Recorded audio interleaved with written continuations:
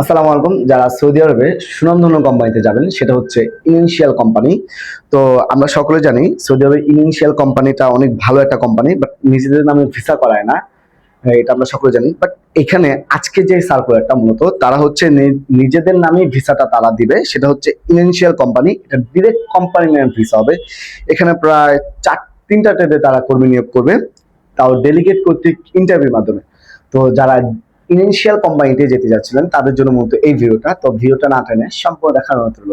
Hello guys, আসসালামু আলাইকুম। This is Sharif Ahmed জার। Welcome back to the new video. দেশ এবং দেশের বাইরে থেকে যারা আমাদের ভিডিও দেখেন, আশা করছি সবাই ভালো আছেন। আলহামদুলিল্লাহ, আপনাদের আমি ভালো আছি।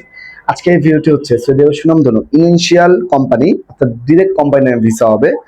এখানে প্রায় তিনটা ট্রেডে তারা কর্মী নিয়োগ করবে। প্রথমত হচ্ছে ক্লিনার। যারা কোনো কাজ পারেন না তারা চাইলে ক্লিনার অ্যাপ্লিকেশন করতে পারেন। এখানে বেসিক স্যালারি হচ্ছে 800 রিয়াল। আপনার থাকা খাওয়া দুইটাই কোম্পানি বহন করবে। ডিউটি টাইম হচ্ছে আপনার 8 ঘন্টা। বয়স সীমাটা হচ্ছে এখানে সর্বনিম্ন 21 থেকে সর্বোচ্চ 35 বছর পর্যন্ত।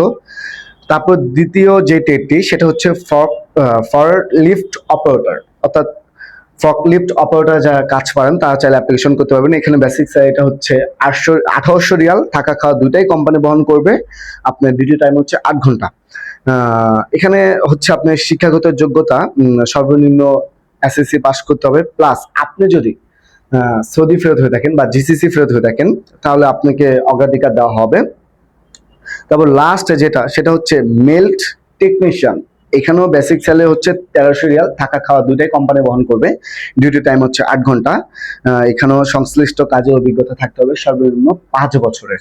তো যারা যারা যেতে আগ্রহী, ইন্টারভিউটি এখনো ডেট বলে দেয়নি কত তারিখে ইন্টারভিউ হবে। এখন বর্তমানে প্রি সিলেকশন চলতেছে। তো যারা যারা যেতে চাচ্ছিলেন সরাসরি আমাদের অফিসে আসতে পারেন। অফিসের ঠিকানা হাউস নম্বর 77, ওকে ম্যানশন, লিফটেড 6, আমতলী।